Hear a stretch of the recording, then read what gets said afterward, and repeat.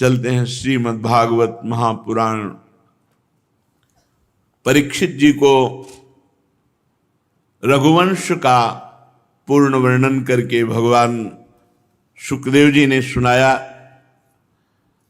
और कहा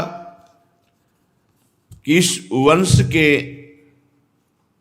जो आखिरी राजा हुए उनका नाम सुमित्र था।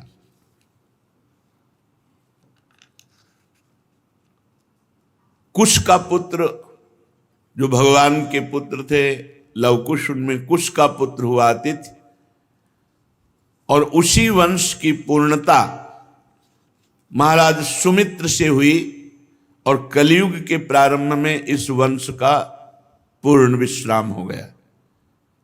रघुवंश का सुमित्र के आगे कोई राजा नहीं हुआ। यहीं से इक्ष्वाकु वंश सुमित्र तक चला, कलयुग के प्रारंभ में इसका विश्राम हो गया। इक्ष्वाकु के पुत्र थे महाराज निमि। इन्होंने यज्ञ आरंभ किया और महर्षि वशिष्ठ जी को आचार्य के रूप में वरण किया। वशिष्ठ जी ने कहा, राजन, इंद्र अपने यज्ञ के लिए मुझे पहले ही वरण कर चुके हैं, उनका यज्ञ पूरा कराकर मैं तुम्हारा यज्ञ कराऊंगा, तब तक मेरी प्रतीक्षा करो। ये बात सुनकर राजा निमि बड़े ज्ञानी महात्मा थे। उन्होंने विचार किया कि कल का क्या भरोसा, प्राण रहे कि ना रहे, और वशिष्ठ जी इंद्र का यज्ञ कराने चले गए। परम ज्ञानी महात्मा निमि ने कि ये जीवन तो क्षणभंगुर है, कल के लिए भगवत कार्य नहीं रोकना चाहिए। काल करे सो आज कर, आज करे सो अब, पल में परलय होएगी, बहुरी करोगे कब, पता नहीं शाम मिले कि ना मिले, इसलिए हमें हर समय भजन परायण रहना है। तो मुझे विलंब करना उचित नहीं है, ऐसा ज्ञान उनके हृदय में स्फुरित हुआ महाराज निमि के। और उन्होंने दूसरे विद्वान महापुरुषों से कहा, जब तक हमारे गुरुदेव वशिष्ठ जी नहीं आते तब तक आप आचार्य रूप में कार्य करें, और जहां वो आ जाएंगे तो पूरा कार्य वो संभालेंगे। गुरु जी जो वशिष्ठ जी थे इंद्र का यज्ञ संपन्न कराने के लिए गए और उनके शिष्यों से निमि ने यज्ञ प्रारंभ करा दिया।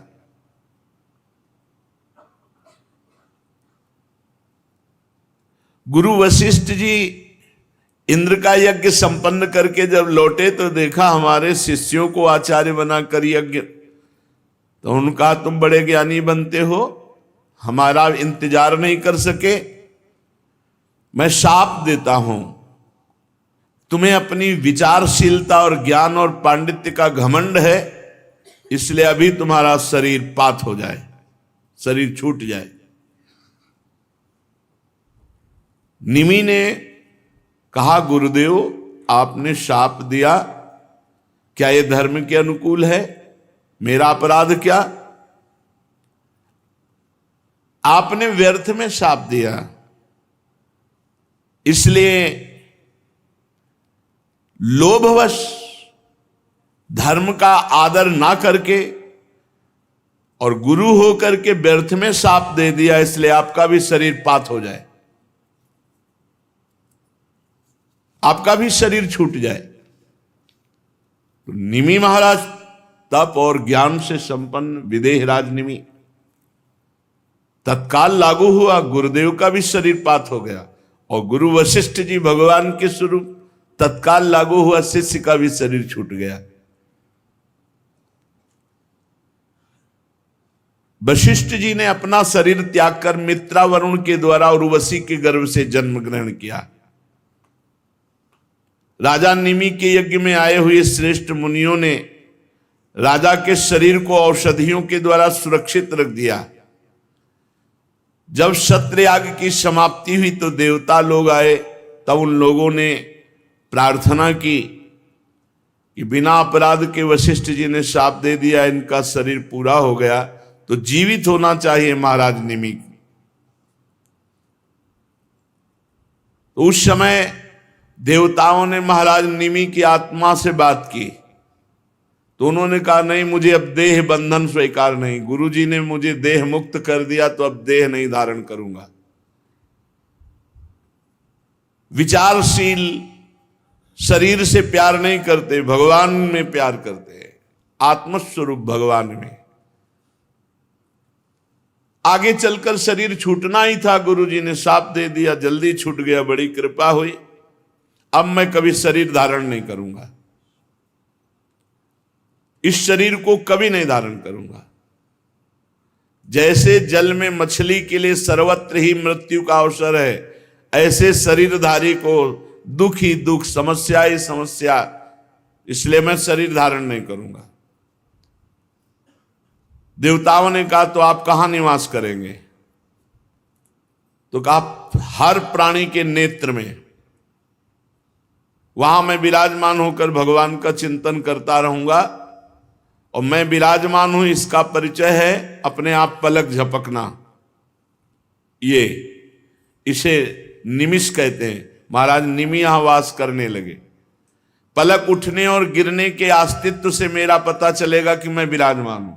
सबके नेत्रों में ज्ञान श्रोमणी विदेहराज निमि विराजमान है। इसके बाद उन महर्षियों ने सोचा कि बिना राजा के तो अराजकता फैल जाएगी, तो निमि के शरीर का मंत्रों के द्वारा मंथन किया तो एक कुमार उत्पन्न हुआ मुर्दे से। जैसे वेन के शरीर से भगवान पृथु का प्रादुर्भाव हुआ, ऐसे ही महाराज निमि के शरीर का जब मंत्रों के द्वारा मंथन हुआ तो जो पुत्र पैदा हुआ वो महाराज जनक थे। जनक जी निमि के मृत शरीर से, जिन्हें वैदेह विदेह कहा गया। वैदेह जनक और मिथिल, क्योंकि मंथन से हुए, उन्हीं के द्वारा बताई हुई मिथिलापुरी है। जनक जी बड़े महान हुए, उन्हीं से भगवत लीला का प्रकाश करने वाली वैदेही जानकी जी प्रकट हुई। उन्हीं के भाव से, उन्हीं के तप से, उन्हीं के भजन से।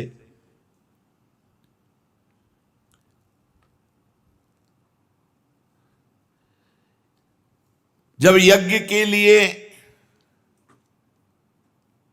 हल जोत रहे थे तो शीर, हल के अग्रभाग से एक घड़े में चोट लगी और उससे सीता जी का प्रादुर्भाव हुआ। इसी से जनक जी का नाम शीरध्वज हुआ। शीरध्वज के कुशध्वज, कुशध्वज के धर्मध्वज, धर्मध्वज के कृतध्वज और मितध्वज, कृतध्वज के केशिध्वज और मितध्वज के खांडिक हुए। परीक्षित, ये जितने महापुरुष हुए सब ब्रह्मबोध संपन्न ज्ञानी महात्मा, सब आत्मविद्या में बड़े प्रवीण आत्मज्ञानी।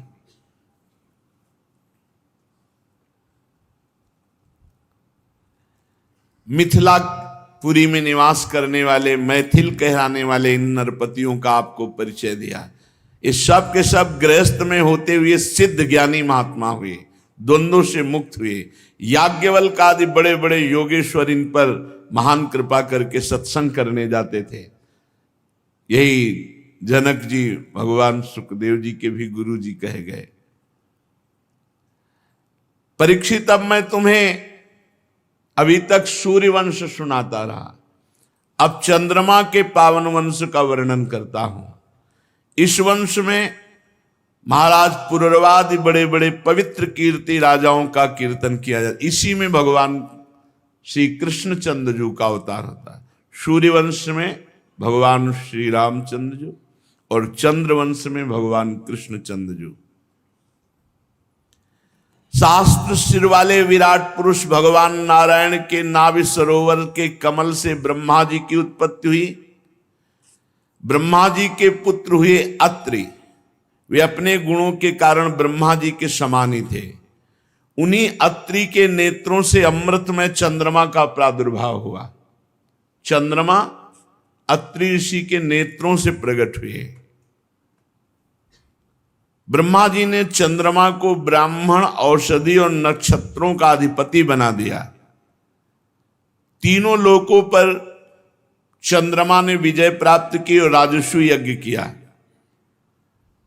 पर बड़ा विचित्र है, अत्रि जैसे महापुरुष के नेत्रों से प्रकट होने वाले चंद्रमा जो ही तीनों लोकों पर विजय प्राप्त करके राजस्व यज्ञ की सफलता प्राप्त हुई तो एक घमंड बढ़ गया। चंद्रमा को घमंड बढ़ गया।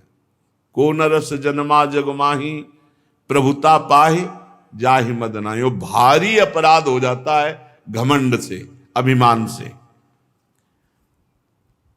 बृहस्पति जी की पत्नी तारा बहुत सुंदर थी। देवगुरु बृहस्पति, बिल्कुल ऐसा नहीं करना चाहिए, लेकिन घमंडी चंद्रमा ने भारी अपराध कर दिया। देवगुरु बृहस्पति की पत्नी को लुभायमान करके और जो नहीं सोचा जा सकता वो कर दिया। बृहस्पति जी ने बहुत समझाया कि ये भारी महापाप है, अधर्म है, पर जब घमंड अभिमान हो जाता है तो उन्होंने गुरु की बात नहीं सुनी। किसी भी तरह से, किसी के भी समझाने से ना तारा चंद्रमा को छोड़ सके, न चंद्रमा तारा को। बड़ी विचित्र बात है, बृहस्पति जी जैसे ज्ञानी की पत्नी होकर के चंद्रमा से आसक्त हो गई। और चंद्रमा इतना सब सुख व्यवस्था है, जब त्रिभुवन पति पद प्राप्त हुआ तो फिर गुरु की पत्नी, गुरु पत्नी गामी जैसा महत अपराध। मतलब ये बड़ों में ऐसी गलती पाई गई। इससे पता चलता है कि ये पद, ये प्रतिष्ठा, ये ऐश्वर्य, ये रूप, ये सब नरकगामी बनाने वाला है। चंद्रमा देवताओं में श्रेष्ठ है, परम पवित्र है। शुक्राचार्य जी ने अवसर देखा और बृहस्पति जी से आंतरिक द्वेष था ही तो चंद्रमा का पक्ष ले लिया। जब शुक्राचार्य जी ने चंद्रमा का पक्ष लिया तो सारे असुरगण चंद्रमा के पक्ष में। और महादेव जी भी बहुत प्यार करते थे चंद्रमा से। विद्या गुरु अंगिरा जी के पुत्र बृहस्पति जी का विरोध करने वाले सब चंद्रमा के साथ। महादेव जी ने कहा, चंद्रमा तुम बहुत गलत किए, बहुत गलत है, वापस कर दो तारा को, नहीं तो हम बृहस्पति जी का पक्ष लेके जब खड़े होंगे। चंद्रमा को प्यार करते हैं। द्वितीया का चंद्रमा भगवान श्री मस्तक पर मुकुट में धारण करते हैं। देवराज इंद्र समस्त देवताओं के साथ, गुरु बृहस्पति के साथ अब तारा को निमित्त बनाकर भारी महासंग्राम की स्थिति आ गई। तारा जी को समझ में नहीं आया कि हमारे प्रीतम इसके गुरु हैं और हम गुरु माता हैं, और उसकी समझ में नहीं आया अहंकार। क्योंकि चंद्रमा बहुत रूपवान, ऐसे ही तारा जी बहुत रूपवान, बृहस्पति जी की पत्नी। इतनी बड़ी जगह से फिसल गए। बृहस्पति जी की पत्नी तारा जी और भगवान चंद्रमा, भगवान ही कहे जाते, सूर्य चंद्र भगवान। बिना भगवान का भजन किए बुद्धि किसी की शुद्ध नहीं रह सकती। अंगिरा जी ब्रह्मा जी के पास गए कि महाराज घोर महासंग्राम शुरू हो जाएगा। ब्रह्मा जी आए और चंद्रमा को बहुत डांटा फटकारा, कहा छोड़ तारा को दो। बृहस्पति जी के हाथ में तारा को, जब बृहस्पति जी के हाथ में तारा जी को दे दिया तो उन्होंने देखा ये तो गर्भवती है, मेरे क्षेत्र में दूसरे का गर्भ, तू अभी त्याग, तुरंत त्याग, क्योंकि तारा देवी है। डर मत, मैं तुझे भस्म नहीं करूंगा, लेकिन गर्भ त्याग अभी। इतनी सुंदर थी कि बृहस्पति जी इतने पर भी तारा से कहा कि तुम गर्भ भर त्याग दो, हम स्वीकार किए। और तुम मेरी पत्नी देवी हो, इसलिए कोई दोष तुम्हारा स्पर्श नहीं कर सकता, तुम निर्दोष हो। अपने पति की बात सुनकर ताराजी ने अत्यंत लज्जित होकर गर्भ का त्याग किया। देवी है, सोने जैसा चमकता हुआ बालक। अब जब बालक प्रकट हुआ तो बृहस्पति जी लुभायमान हो गए, और चंद्रमा, ये मेरा पुत्र है, तुम्हारा अधिकार नहीं। बृहस्पति जी से कहा है तो अरे अब तो घुटने टेक देने चाहे कि सब कुछ प्रभु आपका, गलती क्षमा करो। चंद्रमा ने कहा ये तेजस्वी पुत्र मेरा है, आपका नहीं, और आप ध्यानस्थ होके देख लो कि मेरा है कि नहीं। समस्त ऋषियों ने तारा से कहा तुम ही बता दो किसका है। तब लज्जावश वो कैसे बोले कि चंद्रमा का है। तब वो तेजस्वी बालक जो प्रकट हुआ था उसने कहा झूठी लज्जा करने वाली, तू अपने कुकर्म को क्यों नहीं बोल रही है। उस बालक ने डांटा तारा को। ब्रह्मा जी ने कहा तारा से कि हमको बता दो, क्योंकि मां ही जानती असली पुत्र का धाता कौन है। तब तारा ने धीरे से कहा यह चंद्रमा का पुत्र है। न्याय हो गया। बृहस्पति जी ललचा गए थे। चंद्रमा ने उस बालक को ले लिया ब्रह्मा जी के द्वारा। बड़ी अदालत है ब्रह्मा जी। ब्रह्मा जी ने उस बालक का नाम रखा बुध, क्योंकि बड़ी धीर गंभीर बुद्धि। अब चंद्रमा को बहुत आनंद हुआ बुद्ध को प्राप्त करके। बुद्ध के द्वारा इला के गर्भ से पुरुरवा का जन्म हुआ। एक दिन इंद्र की सभा में देवर्षि नारद जी पुरुरवा के रूपशील गुण उदार संपत्ति वैभव का वर्णन किए तो उर्वशी के हृदय में भाव आ गया और देवांगना सर्वश्रेष्ठ अप्सरा महाराज पुरुरवा को पति रूप में वर्ण करने के लिए भूतल पर आ गए। पुरुष शिरोमणि पुरुरवा मूर्तिमान कामदेव जैसे सुंदर थे। सुंदरी उर्वशी ने धैर्य धारण करके पुरुरवा को पति रूप में वर्ण किया। पहले जब उर्वशी पुरुरवा के पास गई तो पुरुरवा ने कहा सुंदरी तुम तो परम वंदनीय हो, देवलोक की विभूति हो, भगवान नारायण से की जंघा से प्रकट हुई उर्वशी जी हैं। ये दास तुम्हारे स्वागत के लिए क्या सेवा करे। उर्वशी ने कहा राजन तुम्हारा सौंदर्य और महिमा सुनकर के मैं स्वर्गलोक से आई हूं। कौन ऐसी कामनी है जो आप जैसे दिव्य पुरुष पर दृष्टि और मन न्यौछावर न कर दे। मैं आपके समीप आपकी पत्नी बनने के लिए आई हूं। राजन हम अप्सरा हैं। जब हम किसी का रूप सौंदर्य गुण देखती हैं वो प्रशंसनीय होता है तो हमारा मन आकृष्ट हो जाता है। अन्यथा बिना तप के कोई हमें देख भी नहीं सकता। स्पर्श और आगे की बात, आप तपस्वी हैं, तप के धनी हैं, मैं आपको पति रूप में स्वीकार करती हूं। परंतु महाराज मेरी एक शर्त है, ये 2 भेड़ के बच्चे सौंपती हूं, इनकी रक्षा होनी चाहिए। जिस दिन इनका अपहरण हो जाएगा उस दिन आप हमें पकड़ नहीं पाओगे, अंतर ध्यान हो जाऊंगी। और मैं देवी हूं इसलिए कभी अन्न नहीं खाती, केवल घी शुद्ध गाय का, क्योंकि भविष्यान। और एक सहवास के सिवा मैं कभी आपको वस्त्रहीन नहीं देखूंगी। 3 बातें, सदैव घी खाऊंगी और आपको सहवास के सिवा वस्त्रहीन नहीं देखूंगी और मेरे 2 भेड़ के बच्चे रक्षा करना। पुरवा ने हर शर्त स्वीकार कर ली। फिर उर्वशी से कहा कि तुम मनुष्य के लायक तो नहीं हो, क्योंकि तुम देवी हो, तुम्हारा सौंदर्य अद्भुत है, पर तुमने कृपा करके मुझे स्वीकार किया है, इसलिए मैं तुम्हारी सेवा में दास की तरह रहूंगा। जब जो आज्ञा होगी वैसा पालन करूं। सम्राट पुरुरवा, अब तो उर्वशी काम शास्त्र की पद्धति से पुरुरवा के साथ पति पत्नी का संबंध,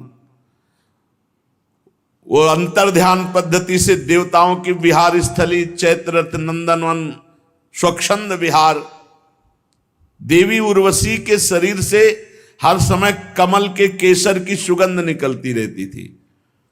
राजा पुरुरवा को कितने वर्ष व्यतीत हो गए पता ही नहीं चला। जब इंद्र ने देखा कि तप क्षीण हुआ तो इशारा किया उर्वशी को, गंधर्वों को उर्वशी ने इशारा किया। गंधर्व 2 भेड़ के बच्चे थे, उनको उठा लिए और उस समय महाराज पुरुरवा उर्वशी के समीप थे। आधी रात का समय था।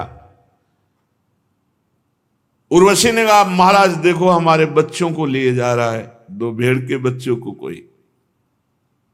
अरे तू कायर की तरह मेरे पास पड़ा है और मेरी जान बचती इन बच्चों में। अपने को बड़ा वीर मानने वाला तू मेरे बच्चों को नहीं बचा सका और लुटेरे ले गए। ये स्त्रियों के सामने वीरों की सी बात करने वाले बहुत पाए जाते हैं, लेकिन वीरता दिखाने वाले कम होते हैं। जैसे किसी हाथी को अंकुश से बेच दिया हो। अब महाराज को ध्यान नहीं रहा, सहवास के सिवा वस्त्रहीन नहीं, और वो एकदम तलवार लेकर रक्षा के लिए बड़े वस्त्रहीन अवस्था, उर्वशी अंतर ध्यान। अब जो पागलपन महाराज का चढ़ा, वैसे ही वस्त्रहीन, वस्त्र नहीं धारण किए, जो देखा उर्वशी अंतर ध्यान। अब उनको ध्यान आया कि मेरी गलती हो गई। अब हा उर्वशी बेवहल उन्मत्त पागल की तरह, कभी सरस्वती नदी के तट पर, कभी कहीं विकल, बस एक लगन थी एक बार पुनः देख लूं। उर्वशी जी तो देवी हैं। उर्वशी जी ने दया की। ये सरस्वती नदी के तट पर पागलों की तरह हा उर्वशी हा 5 अपनी सखियों के साथ प्रकट हुई। जे ही उर्वशी जी को देखा तो जैसे प्राण आ गए हों।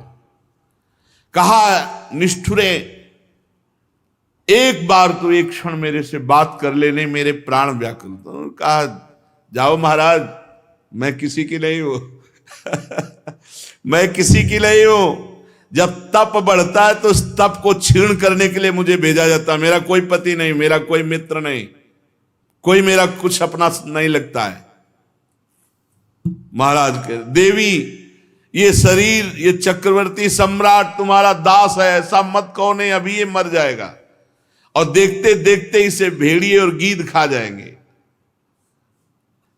स्त्रियों हा करुणा क्रूरा दुर्मर्षा प्रिय सहसा। सुनो महाराज, हम वो स्त्री हैं जो बड़ी निर्दयी हैं, केवल प्यार का नाटक करती हैं। कितनों को, तपस्वियों को, कितनों को जो तप के धनी थे उनसे मिली, किसी की हुई क्या? क्रूरता मेरे स्वभाव में है। अगर मैं चिढ़ जाऊं तो अपने सुख के लिए बहुत से बड़ा साहस का काम कर सकती हूं। जो मैं स्वार्थ के वशीभूत होकर प्यार की बातें करती हूं, वही मैं उसकी हत्या भी कर सकती हूं। मुझ स्त्रियों के हृदय का सौहार्द तो केवल लुभावने मात्र का होता है। हे तुम्हारे जैसे भोले लोग झूठ मूठ हमारी मीठी मीठी बातों में फंसकर अपना दिल दे बैठते हैं, और हम तप क्षीण होने पर तुरंत उसको लात मार के त्याग दिया और नए पुरुष को स्वीकार किया। यहां तो तप है, देवी है। मृत्यु लोक में अगर अपने सुख से बढ़कर सुख मिलने वाला है, ये सुंदरता का घमंड, ये भोग ईश्वरी की लालसा बहुत बड़े बड़े तक है। इसीलिए ब्रह्मा भी नमस्कार करते हैं जो भगवान का भजन करने वाले शरणागत भक्त हैं। फिर भी तुम धीरज धरो, राजराजेश्वर हो, घबराओ मत। तुम्हारी ऐसी ही लालसा है तो तुम्हारा विशुद्ध प्रेम देखकर हम तुम्हें एक वरदान देते हैं। साल में एक बार आएंगी और तुम्हें दर्शन दे के चली जाएंगी, साल में एक बार। राजा पुरुरवा से और उर्वशी से जो संतान हुई वो आगे इस चंद्र वंश को बढ़ाने वाली हुई।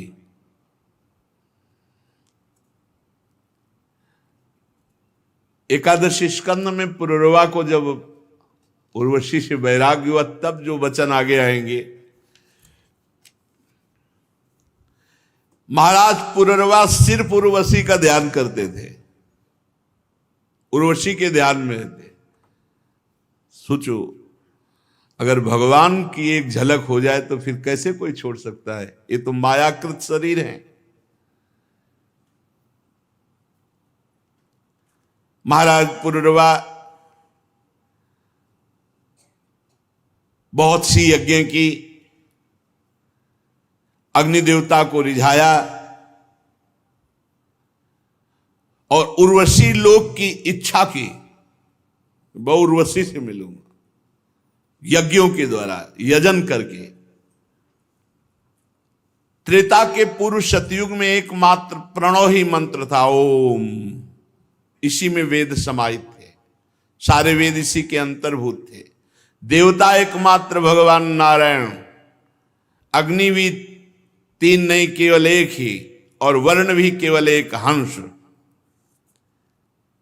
त्रेता के प्रारंभ में पुरुरवा से ही वेदत्रयी और अग्नत्रयी का आविर्भाव हुआ। राजा पुरुरवा ने अग्नि को संतान रूप में स्वीकार करके उर्वशी लोक की प्राप्ति की। तपस्या साधना पूरे जीवन केवल उर्वशी के लिए। 6 पुत्र उर्वशी से प्रकट हुए महाराज पुरुरवा से, आयु, श्रुतायु, सत्यायु, रय, विजय और जय। श्रुतायु का पुत्र था वसुमान, सत्यायु का श्रुतंजय, रय का एक और जय का अमित, विजय का भीम, भीम का कांचन, कांचन का होत्र, होत्र का पुत्र जन्नु। ये वही जन्नु थे, ये तपपरायण थे और भगीरथ जी गंगा जी ले जा रहे थे। तो जे ही इनके आश्रमों तुम अंजुली बांधियो, गंगा जी को पी गए। अब भगीरथ ने कहा महाराज हमारे पुरखे तो ऐसे ही रह गए, आप तो पूरी गंगा जी पी गए, पूरी गंगा जी पी गए। तो बड़ी प्रार्थना की। तब जन्म ऋषि ने गंगा जी को, तो उनका जाह्नवी नाम पड़ा इसी से। अंजलि में लेकर के जैसे अगस्त जी समुद्र पी गए थे, ऐसे जन्नु जी गंगा जी पी गए थे। जन्नु का पुत्र था पुरु, पुरु का बलाक, बलाक का अजग, अजग का कुश। कुश के 4 पुत्र कुशाम्बु, तनयवश और कुशनाभ। इनमें से कुशाम्बुद के पुत्र हुए महात्मा गाधी, विश्वामित्र जी के वंश के। गाधी की कन्या का नाम था सत्यवती, बहुत ही सुंदर पवित्र स्वभाव वाली। तो ऋषि ने देखा गाधी की कन्या सत्यवती को, तो जाकर के गाधी जी से कहा कि अब मेरे मन में इच्छा हुई कि मैं गृहस्थी बनूं, तो आपकी पुत्री को देखकर मेरे मन में आया, तो आप मुझे दान कीजिए। ऋषि महात्मा ऐसे,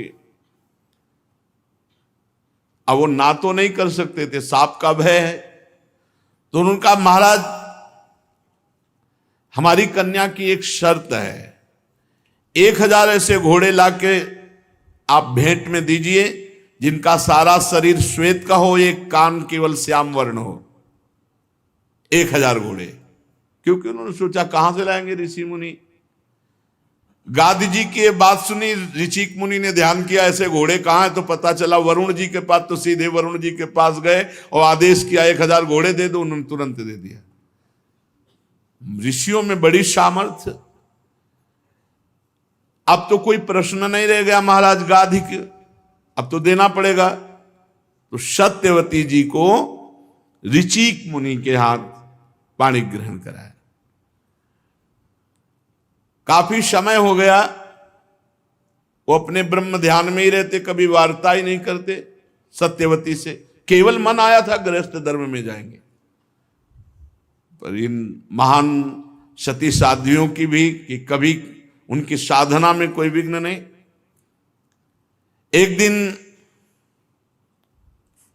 गाधी जी की पत्नी ने कहा, तुझे पता नहीं तेरे पति कितने सामर्थ्यवान तपस्वी हैं, बात कर, मेरे भी कोई संतान नहीं तेरे सिवा और तेरे भी कोई संतान नहीं। दोनों ऋषि एक दिन जब ध्यान से उठे तो चरणों में गिर करके सत्यवती जी ने कहा कि हमें और हमारी मां को संतान की इच्छा है। महर्षि ऋषिक ने कहा ठीक है। एक चरु पकाया और चरु पका करके दो भागों में अलग अलग किया, एक चरु अपनी पत्नी के लिए और एक सास के लिए, और दोनों को अलग अलग बताया। सास को बट वृक्ष का आलिंगन करना और पत्नी को कहा पीपल वृक्ष का आलिंगन करना।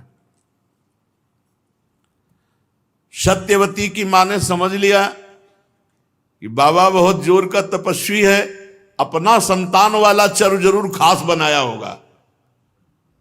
तो बेटी से कहा कि तुम हमारा चरु ले लो, हम तुम्हारा चरु लेते हैं। वो मोहवश ऐसा नहीं करना चाहिए था, पति का आज्ञा पालन करना चाहिए था, पर वो मोहवश ऐसा। जब खा पी के आलिंगन हो गया तो गर्भ, ऋषि मुनि ने कहा जैसा हमने कहा था वैसा ही किया। तो उन्होंने, सत्यवती जी ने हाथ जोड़कर कहा नहीं, त्रुटि हो गई, झूठ नहीं बोली। मां ने कहा कि आपने जो हमारे लिए चरु पकाया वो हमें दे दो, तो हमने मोहवशात दे दो। उन्होंने अनर्थ कर डाला। जानती हो तुम्हारा जो पुत्र होगा वो घोर लोगों को दंड देने में समर्थ और घोर स्वभाव का क्रोधी होगा, और तुम्हारा जो भाई होगा एक ब्रह्मवेत्ता ब्रह्म ऋषि होगा। तुम्हारी मां क्षत्रिय कुल से है, गादी, और हम ब्रह्म ऋषि हैं। हमने अपनी संतान ब्रह्म ऋषि वो वहां होगी, और तुम्हारे घोर क्षत्रिय स्वभाव का दंड देने वाला नाक में गुस्सा। सत्यवती जी ने समझा था हमारे पति सर्व सामर्थ्यशाली है, तो ठीक समझती, चरण पकड़ लिए। एक ब्रह्म ऋषि की पत्नी के गर्भ से घोर क्षत्रिय स्वभाव वाला प्रकट होना निंदनीय है। भगवान भूल हो गई, आप कृपा करो।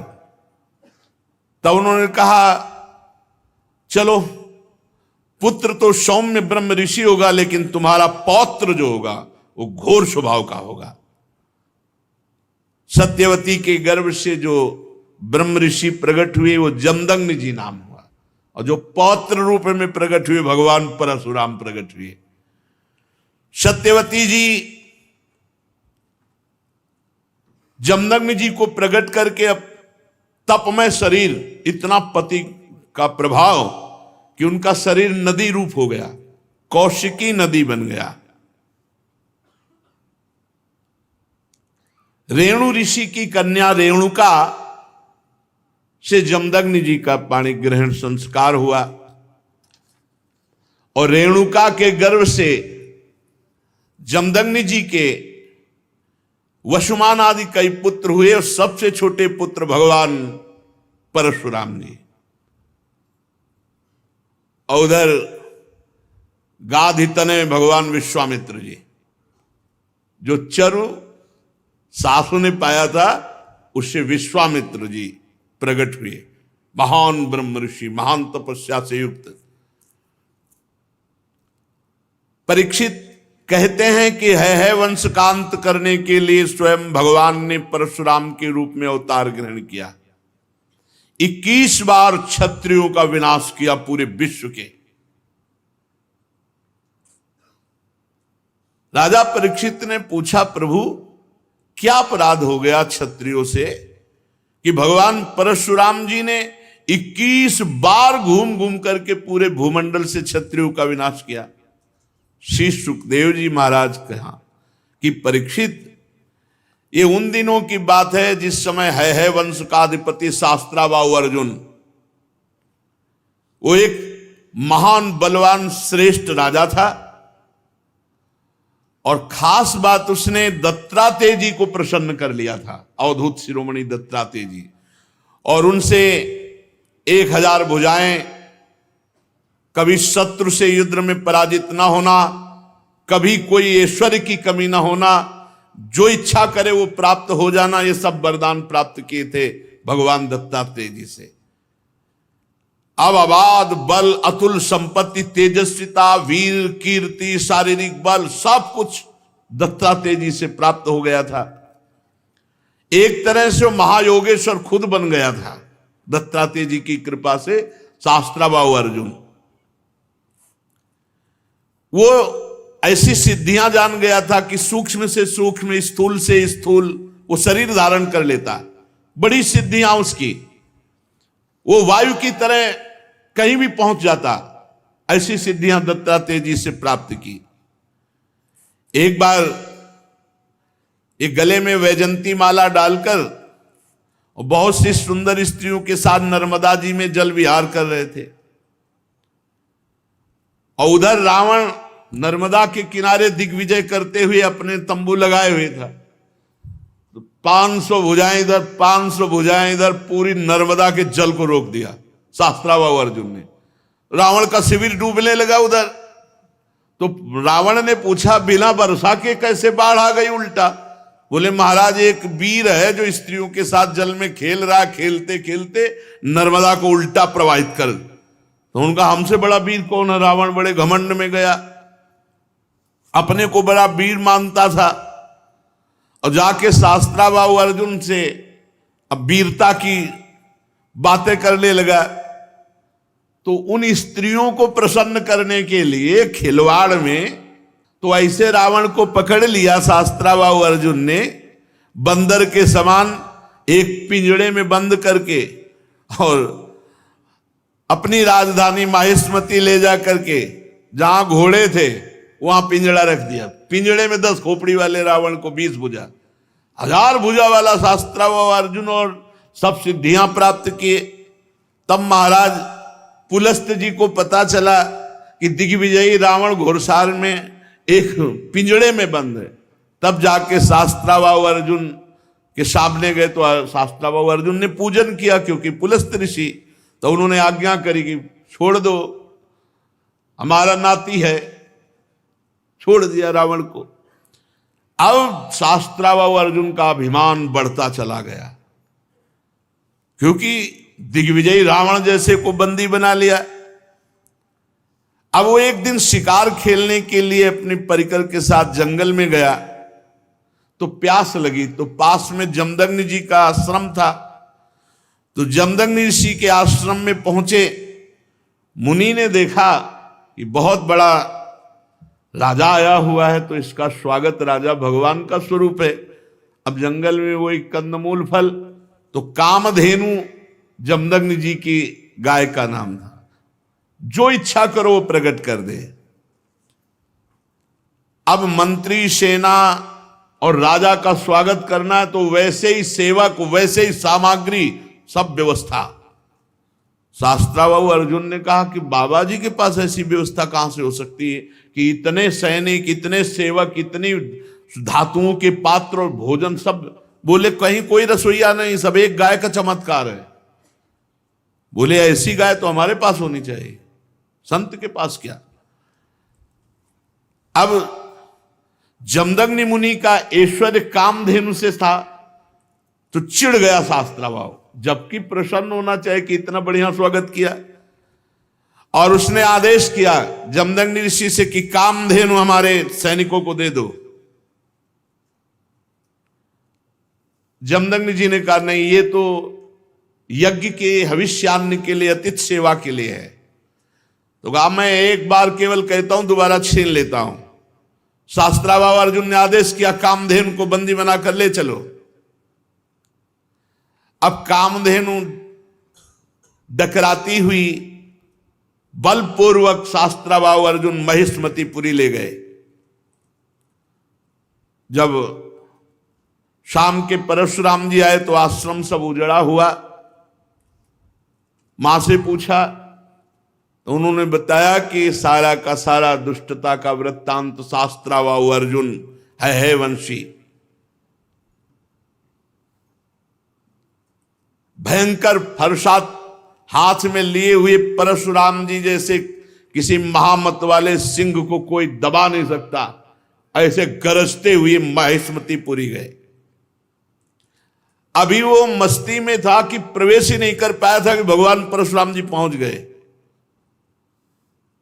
परशुराम जी की बड़ी विलक्षण झांकी थी।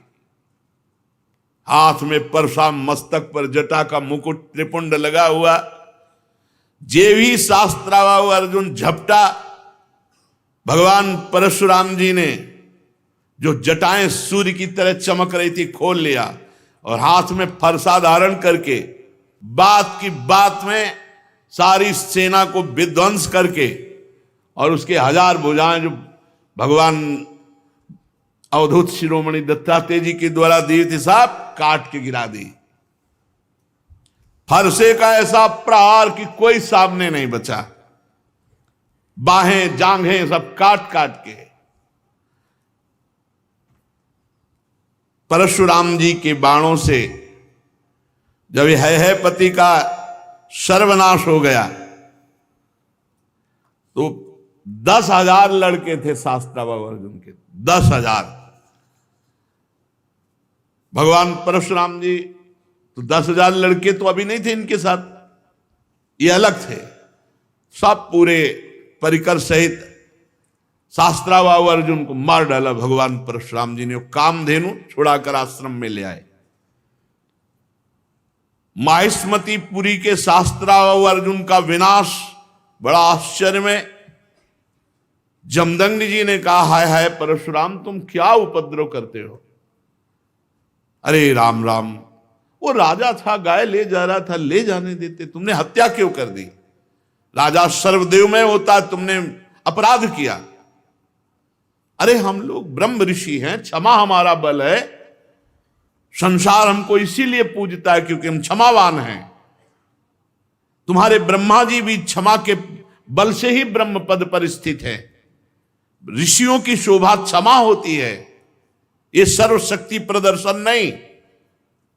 भगवान तुम पर प्रसन्न हो, अब तुम तप परायण हो, तुमने अपराध किया, राजा का वध किया, ये ब्रह्म हत्या से भी बढ़कर है। जाओ तीर्थों का सेवन करते हुए तप करो और इसका प्रायश्चित कर डालो। भगवान परशुराम जी घुटने टेक कर जमदग्नि जी के आगे जो आज्ञा। अब 1 वर्ष तीर्थ यात्रा करके अपने आश्रम पर आए। परशुराम जी की माता रेणुका गंगा तट पर संध्या के लिए गंगा जल आदि लेने गई थी। वहां एक गलती हो गई माता जी से। आज सत्संग में कहा, नेत्र वाणी कान संभाल के नहीं अपराध बन सकता किसी से भी। तो वहां गंधर्वराज चित्ररथ अप्सराओं के साथ जल विहार कर रहा था। गंधर्वराज के जल विहार करते समय अंग प्रत्यंग और अप्सराओं की वो क्रीड़ा माता जी कुछ क्षण देखती रही। अच्छा लगा, बस कोई कामना नहीं हुई, कोई मलिनता नहीं आई, बस देखती रही, अच्छा लगा। और भूल गई कि संध्या का समय पतिदेव तर्पण आदि के लिए इसमें लिखा हुआ है कि उनका मन गंधर्वराजम क्रीडंतम मत्सरोभिर पश्यत, अच्छा लगा। विलोकयंती क्रीडंत मुदकार्थम नदीम गताहा, उनका मन खिंच गया चित्ररथ की इस अप्सराओं से केल। कहां जमदग्नि जी का एकांतिक भजन में स्वभाव, और माताजी ने जब चित्ररथ गंधर्व की केली देखी अप्सराओं से तो अच्छा लगा। बस ये संध्या का समय बीत गया। भगवान जमदग्नि जी इंतजार कर रहे हैं, ऐसा कैसे हो गया कि संध्या की अवहेलना हो गई और अभी तक रेणुका जल लेकर नहीं आई। अब जे ही होश आया जमदग्नि ऋषि को, भयभीत हो गई कि अब तो भारी अपराध बन गया। वो महर्षि के सामने आई, गंगा जल का कलश रखा, हाथ जोड़कर खड़ी हो गई। जमदग्नि मुनि ने कहा, मैं देख रहा था तुम्हारा मन चित्ररथ गंधर्व की केली देखने में खिंच गया।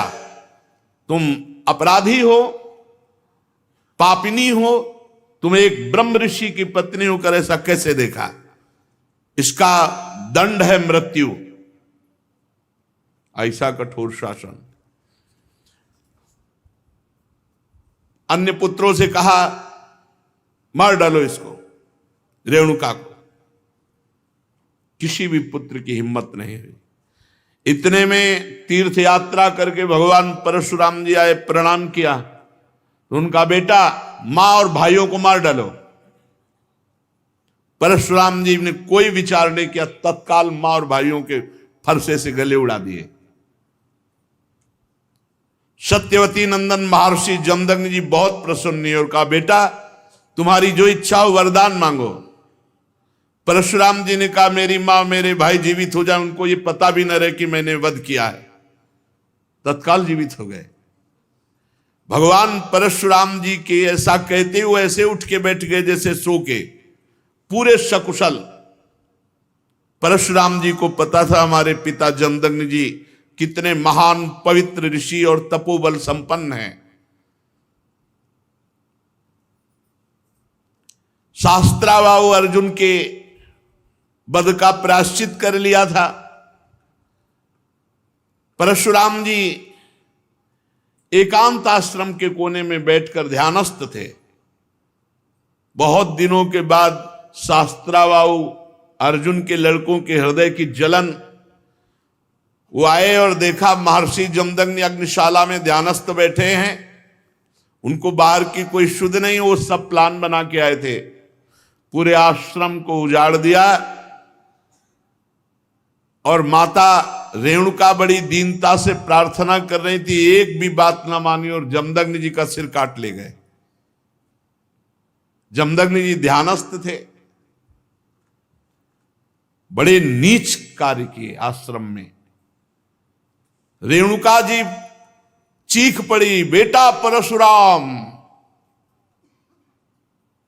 ध्यानस्थ थे भगवान परशुराम जी।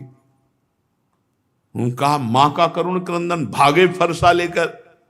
जब नजदीक आए तो देखा जमदग्नि जी का सर काट ले गए। परशुराम जी को अत्यंत क्रोध। माता से कहा कि विलाप मत करो, वीर पुत्रों की मां विलाप नहीं करती। आज मैं प्रण करता हूं कि विश्व में क्षत्रियों का संहार कर डालूंगा, एक भी क्षत्रिय विश्व में नहीं रहेगा। अभी पीछे जो आप चरित्र सुन रहे थे, उनमें एक घाघरा के नीचे माई के बालक क्षत्रिय छुपा लिया गया था। जंग ताल जंग, वो क्या उनका नाम विस्मरण हो रहा, जंघा में के पास छुपा लिया था, वही केवल बचा था। उसी से क्षत्रिय वंश चला, पीछे चर्चा में भी आया था। भगवान परशुराम जी ने भगवान शंकर का स्मरण करके संकल्प लिया कि विश्व में क्षत्रिय नहीं रहने देंगे। परशुराम जी माहिष्मतीपुरी में गए और 10,000 पुत्रों के अलग अलग सर काट करके रख दिए और पूरे नगर का विनाश कर दिया। भारी पर्वत ऐसे सिर का मुंड ऐसे इकट्ठा कर दिए काट काट के, और कहते जाते ब्रह्मघाती तुम्हारा विनाश परशुराम करेगा। रक्त की नदी बहा दी, इतने काटे। जो राजा थे, क्षत्रिय थे, ब्राह्मण द्रोही क्षत्रियों का हृदय कांप उठा। भगवान वर्तमान में जो क्षत्रिय असुर स्वभाव वाले हो गए थे, उनके विनाश के लिए ही प्रकट हुए थे। इसलिए अपने पिता जमदग्नि के वध का निमित्त बनाकर 21 बार, एक बार घूम के काट डाला, फिर 2 बार घूम के, 21 बार पूरे विश्व में घूम करके 5 तालाब समंत पंचक में रक्त के बना दिए, काट काट के। और फिर अपने पिता का सर जो सुरक्षित रखा हुआ था माता के पास जोड़ा और पुनः जीवित कर दिया। पहले 21 बार क्षत्रियों का विनाश किया, फिर अपने पिता का सर ला के जोड़ा और फिर बाद में सबके प्रायश्चित के लिए यज्ञ की और 7 दिशाएं जीत करके ब्रह्म ऋषियों को दान कर दी। इसके बाद यज्ञांत स्नान किया और समस्त पापों से मुक्त होकर मेघरहित सूर्य के समान तेजस्वी परशुराम जी जमदग्नि जी को स्मृति रूप संकल्प में शरीर की प्राप्ति हुई। भगवान परशुराम जी से सम्मानित होकर उस 7 ऋषियों के मंडल में 7वें ऋषि होकर आज भी विराजमान है। परीक्षित कमल लोचन जमदग्नि नंदन भगवान श्री हरि परशुराम बन करके आए और क्षत्रियों का विनाश करके जगत का मंगल किया। आज भी भगवान परशुराम जी विराजमान है महेंद्राचल पर्वत पर बड़े शांत स्वरूप। सिद्ध गंधर्व चारण उनके चरित्रों का गान करते हैं। सर्वशक्तिमान विश्वात्मा भगवान श्री हरि जब राम रूप में अवतार लिए और जब धनुष भंग हुआ तो अजगौ का खंडन सुनकर परशुराम जी के हृदय में क्षोभ हुआ कि फिर कोई क्षत्रिय ऐसा पैदा हुआ, क्योंकि वो सब विनाश लीला करके शांत, कौन ऐसा पैदा हो गया जो हमारे गुरु का अजगौ खंडन कर दिया। अब ध्यान के द्वारा, वहां फोन से तो मतलब नहीं, ध्यान के द्वारा देखा, बोले विदेहराज जनक की नगरी मिथिला पहुंच गए। इनके चलने से ही पृथ्वी कांपती थी। देख ले कि परशुराम जी आ रहे तो मतलब जितने भाग पाए नहीं, चरणों में लौट जाते थे अपने बाप बाबा का नाम लेते हुए। ऐसा सहज चितवन मनोहरिसाने, ऐसे देख लिए तो समझ गए हमारी आयु पूरी हो गई। कोई भी हो, ऐसा रुद्र रूप भगवान परशुराम का।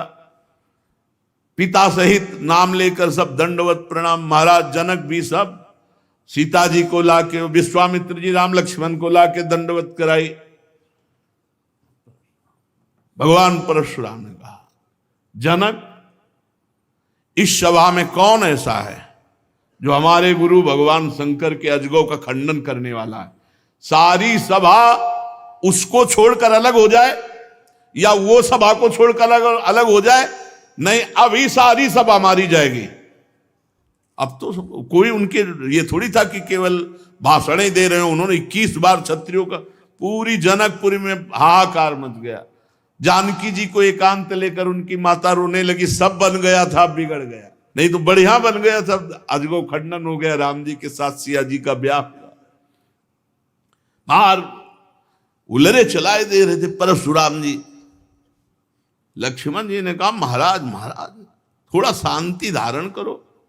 शांति, ऋषि का स्वरूप शांत, घोर वेश धारण किए हुए हो, कैसे बार बार, ये ऋषियों की मर्यादा।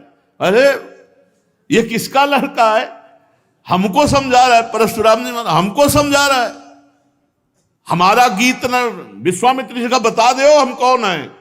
अरे लक्ष्मण जी ने कहा, गुरु जी के बताने की जरूरत है, आप कई बार बता चुके हो। आपने तो अपने मुख से कई बार बताया कि आपने फरसा से क्षत्रियों को काटा, ये वो खूब बता चुके हो। महाराज यहां कुमड़ बतिया को नाही, जे तर्जनी देख मर जाही। ये बार बार उलरो मत, गुस्सा मत दिखाओ। यहां कुम्हड़ा की बतिया नहीं कि तुम्हारी तर्जनी उंगली देखने से हम, महाराज हम रघुवंशी हैं।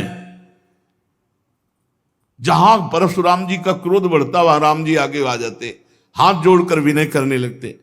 तब उन्होंने कहा, पहला फरसा तुम्हारे चलेगा। राम जी से कहा कि पहला, क्योंकि जब हमको क्रोध आता है, ये छोटा राजकुमार क्रोध दिलाता है, इसको तो समझाते नहीं और हमसे विनय करते हो, और हमें लगता है कि तुम ही ने अजगौ खंडन किया है। राम जी ने कहा, हां आपका कोई दास, निज दास, वही ऐसा करने के साहस कर सकता है। अरे दास तो सेवा करता है, स्वामी के प्रति अपराध नहीं करता है।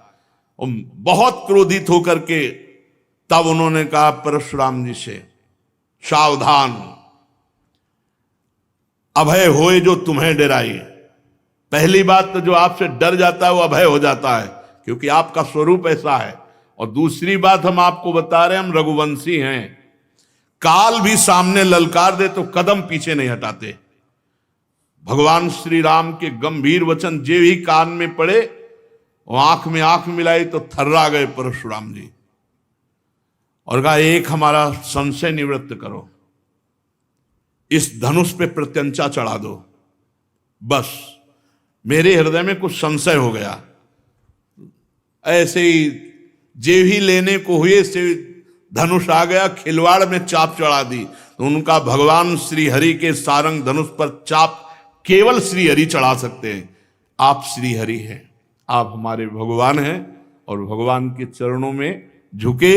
और उस दिन जो चाप चढ़ा तो भगवान श्री राम ने कहा आपकी आयु को नष्ट कर दे या आपके तप को नष्ट कर दे, क्योंकि बाण व्यर्थ नहीं जाएगा। तो उनका प्रभु हम तो आपके आश्रित हैं, तप को नष्ट कर दीजिए जिसे हम पुनः कर सकते हैं, लेकिन आयु और अंतर्ध्यान शक्ति आदि को नाश मत कीजिए।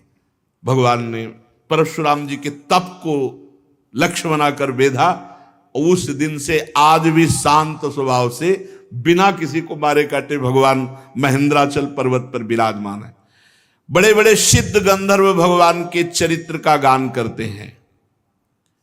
महाराज गाधी के पुत्र हुए प्रज्वलित अग्नि के समान तेजस्वी विश्वामित्र जी, ये होने थे जमदग्नि जी की जगह, लेकिन उल्टा हो गया था। तो विश्वामित्र जी ये जन्मे तो क्षत्रिय कुल में, लेकिन तपोबल और ब्रह्म तेज संपन्न होकर ब्रह्म ऋषि बने। विश्वामित्र जी के 100 पुत्र हुए, उनमें बिचले पुत्र का नाम था मधुच्छंदा, इसलिए सभी पुत्र मधुच्छंदा के नाम से विख्यात हुए। विश्वामित्र जी ने भृगुवंशी अजिगर्त के पुत्र अपने भांजे सुनासेप को, जिसका एक नाम देवरात था, पुत्र रूप में स्वीकार कर लिया और पुत्रों से कहा तुम लोग इसे अपना बड़ा भाई मानो। ये वही प्रसिद्ध भृगुवंशी सुनासेप था जिसे हरिश्चंद्र के यज्ञ में यज्ञ पशु के रूप में मोल लेकर लाया गया था। विश्वामित्र जी ने प्रजापति वरुण आदि देवताओं की स्तुति करके उसे पास बंधन से छुड़ा लिया। देवताओं के यज्ञ में यही सुनासेप देवताओं द्वारा विश्वामित्र जी को दिया गया, इसलिए देवरात, देवई ही राता तो देवरात। गादी वंश में महान तपस्वी देवरात के नाम से विख्यात हुए। जिन विश्वामित्र जी के पुत्रों ने सुनासेप को बड़ा भाई मानने से इनकार कर दिया, तो विश्वामित्र जी ने क्रोधित होकर शाप दे दिया, जाओ तुम सब म्लेच्छ हो जाओ। तो वही उन्हीं से म्लेच्छों की उत्पत्ति हुई। 49 भाई अलग अलग म्लेच्छ हो गए। तब विश्वामित्र जी ने बिचले पुत्र मधुच्छंदसा से अपने से छोटे 50 भाइयों के लिए आज्ञा की कि इनको धर्म पूर्वक चलाओ, सुनासेप को बड़ा भाई स्वीकार करो। विश्वामित्र जी की आज्ञा का पुत्रों ने जो पालन किया, वो उनके कुल में बड़े प्रशंसनीय और धन्य हुए। सुनासेप अन्य गोत्र का तो भी आदेश किया विश्वामित्र जी ने कि मेरे ही गोत्र का माना जाएगा। विश्वामित्र जी के अष्टक, हारित, जय, कृतुमान आदि भी पुत्र हुए। इस प्रकार विश्वामित्र जी की संतानों में कौशिक गोत्र में कई भेद हो गए। छत्रवृत, रजी, ये भगवान श्री कृष्ण जिस वंश में अवतार लेते हैं, इन्हीं राजाओं का वर्णन हो रहा है पूर्व में, शेष चर्चा आगे। श्री राधा वल्लभ लाल की जय।